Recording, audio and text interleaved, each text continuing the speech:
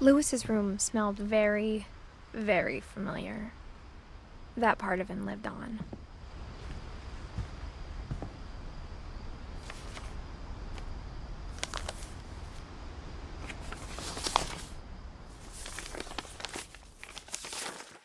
Dear Mrs. Finch, as Lewis's psychiatrist, I can understand your desire for an explanation. As I see it, the trouble began in January, shortly after we convinced your son to seek treatment for substance abuse. Newly sober, I believe Lewis first noticed the monotony of his daily life.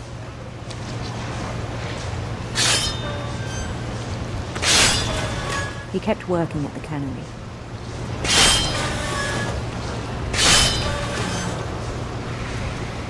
But he withdrew part of himself.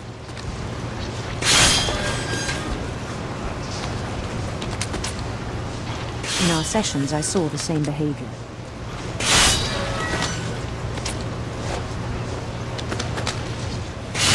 His mind began to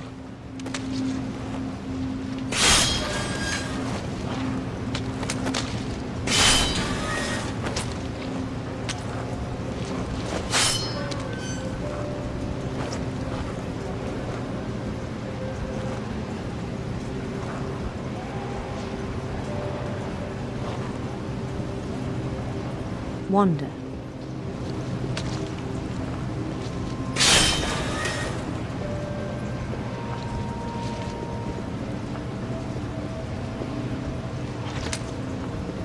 I asked him to describe it. He said he started small.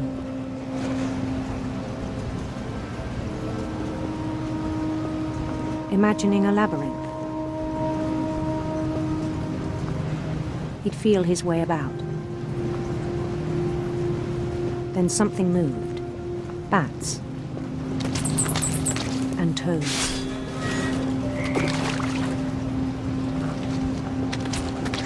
And things that have not names. He knew it was all in his head.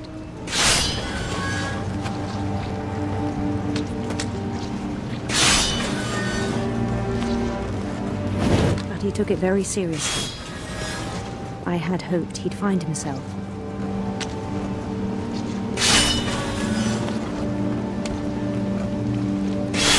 But he found something more. I worried about him then. Daydreaming at the cannery. I spoke with his boss. But he said Lewis had become a model employee. Methodical, tireless, focused. Like a whole new Lewis. So I let him go on.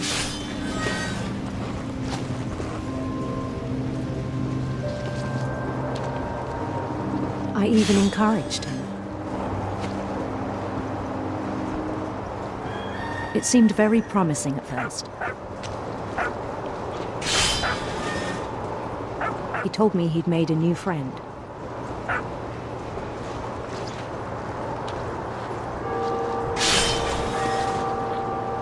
On the edge of a city he named Lewis Topia.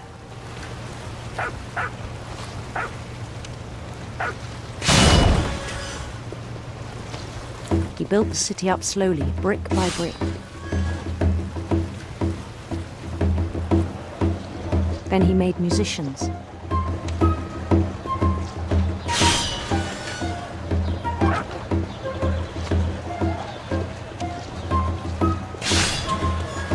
And songs for them to play. He talked about starting a band.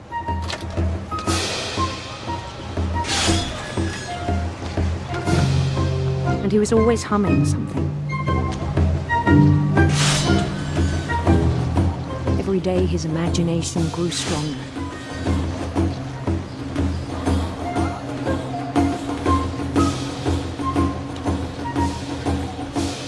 He no longer spoke at the cannery.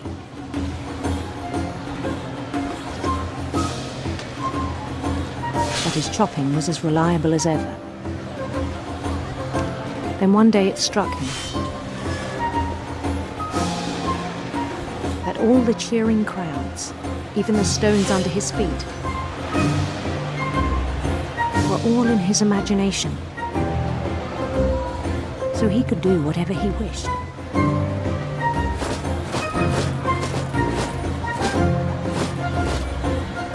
He held an election for mayor, and he won. They begged him to stay, but his mind was already wandering. It became a game for him.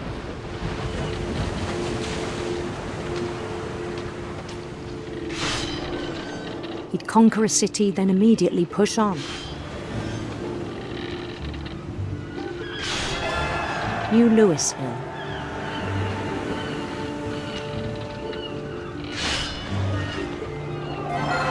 St. Louis. He started drifting away from our reality.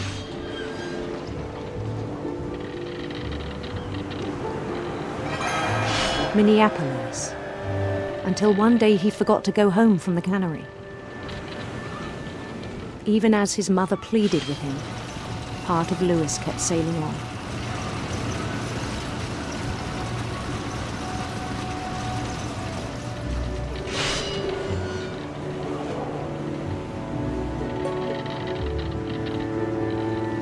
In Louisburg, he heard rumors of a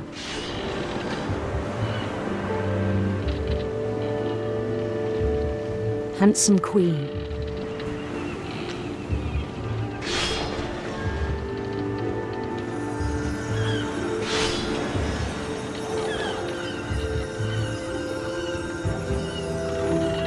The queen was on her own quest for sinister serpents.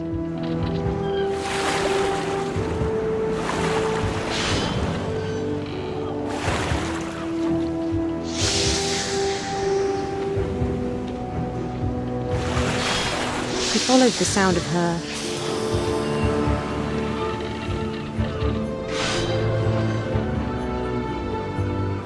electric sitar.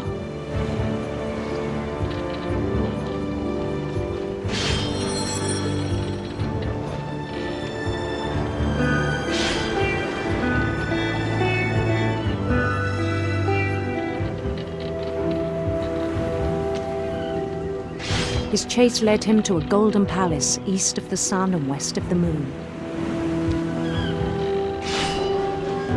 Even then, his logic remained sound.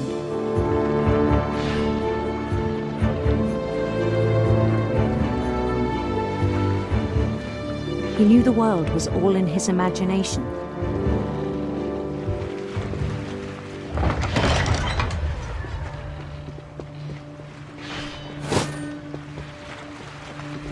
But he was so proud of having created it.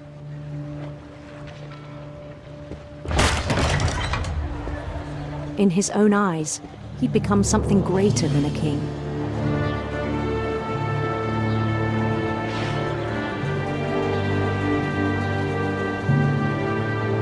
For someone who'd never known success in the real world, I think it was overwhelming. And then it struck him that the real Louis was not the one chopping salmon, but the one climbing the steps of a golden palace.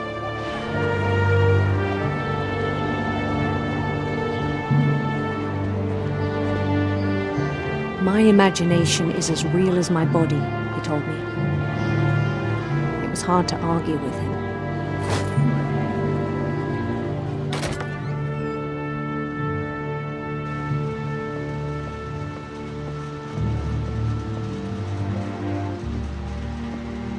He began to forget the world we know.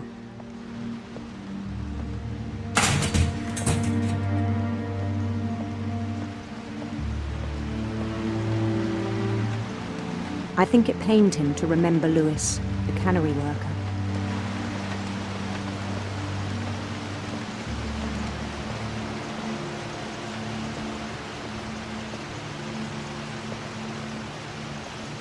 He began to despise the man with a royal contempt.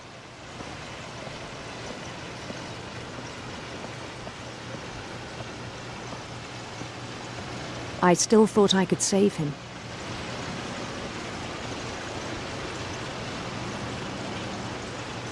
Even after he said he was being crowned king over all the lands of wonder.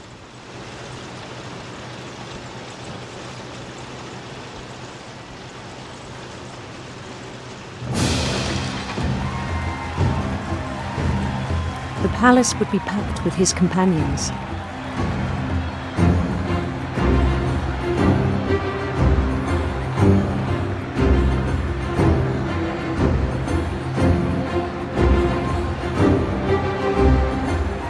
Including the wise Calico who'd insisted on inviting him.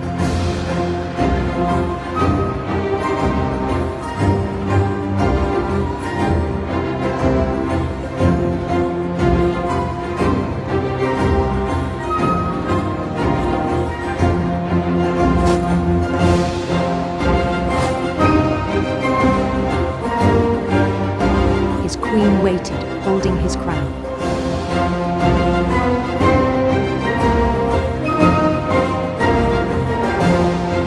There was only one thing left to do.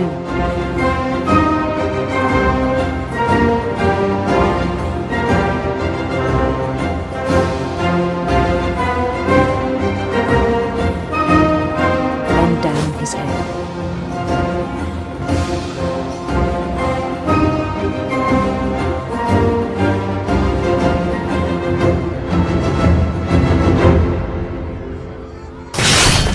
And the rest I think you know. Mrs. Finch, your son was a kind man who will be missed by all of us who knew him.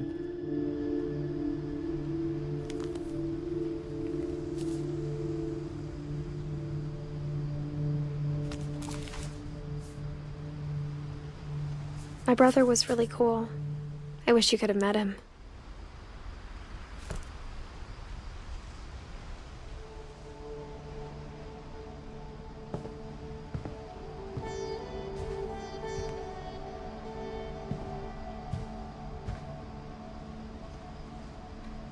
Lewis and I spent a lot of time playing games together, but he was surprisingly bad at them. He died a lot.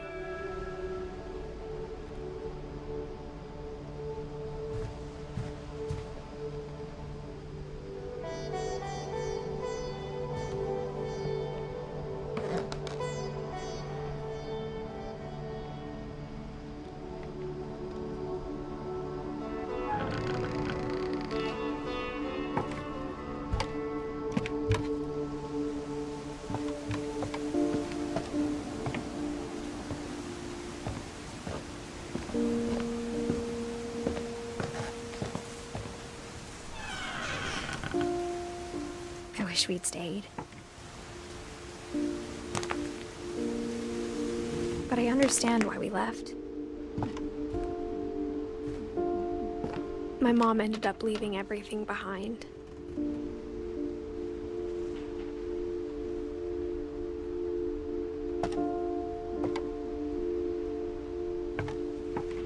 What happened that night had been coming for a long time. Maybe it should have come sooner.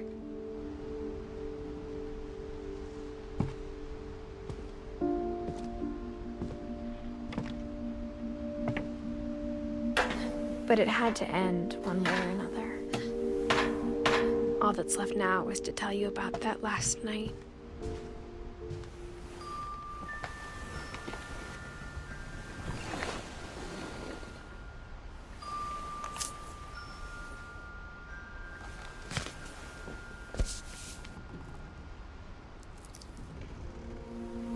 That whole last day, Edie just watched us pack and didn't say a word.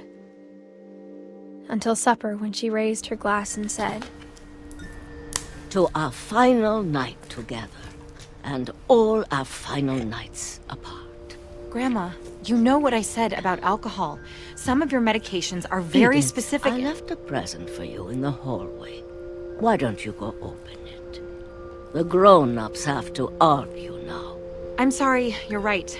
We're all leaving tomorrow. Let's just enjoy our last... I'm not leaving. Edith, you're excused.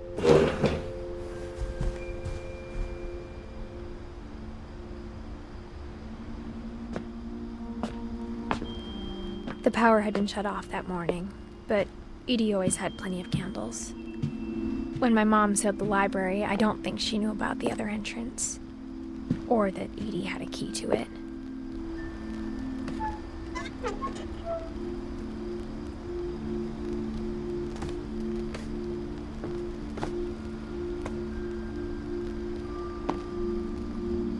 That thing you're afraid of isn't going to end when you leave the house.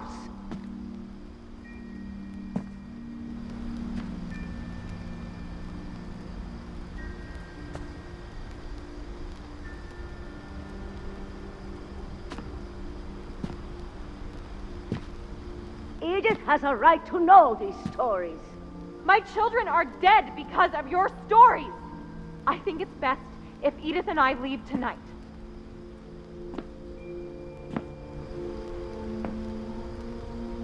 We'll have the nursing home send a van for you in the morning, okay?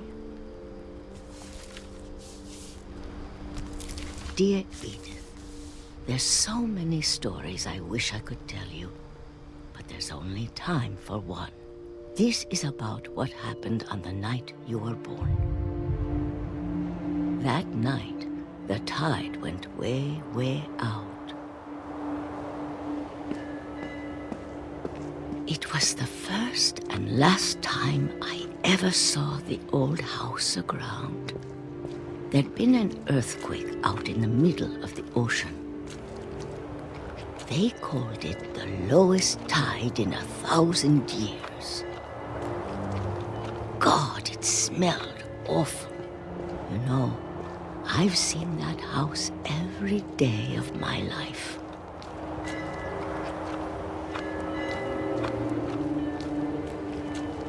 But I never thought I'd go back to it. When the fog rolled in, I lost my way.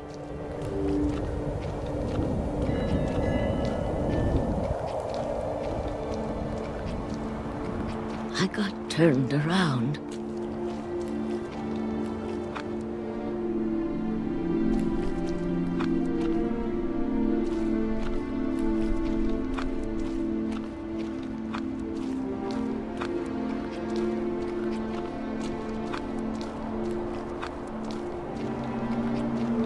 For a while, I wandered.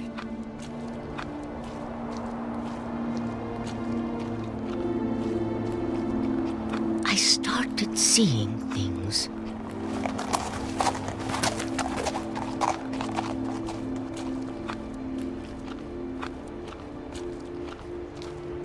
Things I'd forgotten had ever existed.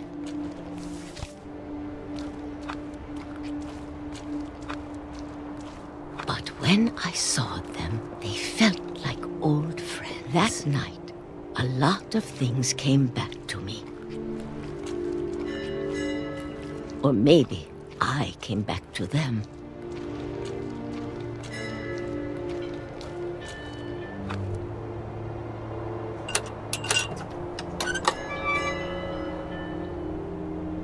Things I can't explain, but that I need you to try and... Edith, what are you doing in here? It's mine! Edith! Mom, you're gonna rip it! Let go! I kicked and screamed, but Mom dragged me to the car.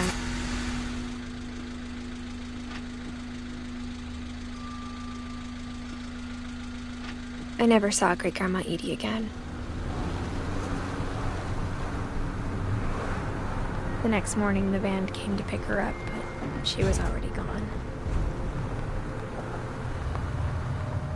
After that, we moved around a lot.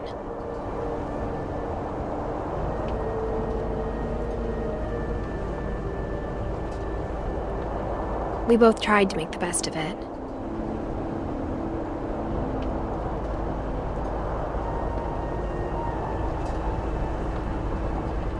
A few years went by.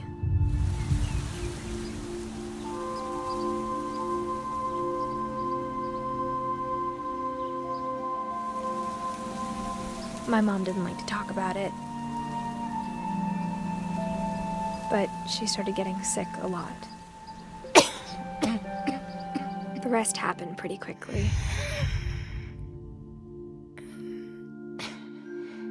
She got better for a while,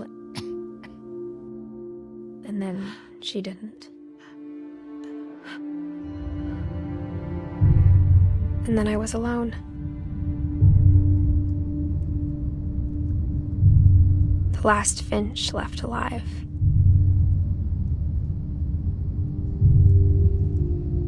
Until I found out about you. I'm still not sure what to tell you about all this. If we lived forever, maybe we'd have time to understand things. But as it is, I think the best we can do is try to open our eyes. And appreciate how strange and brief all of this is.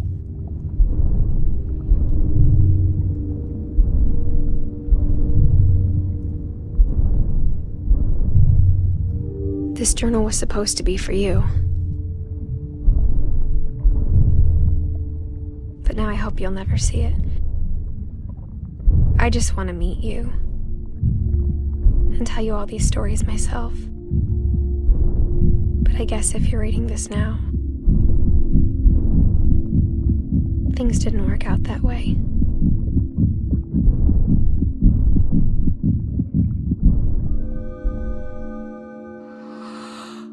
This is where your story begins. I'm sorry I won't be there to see it.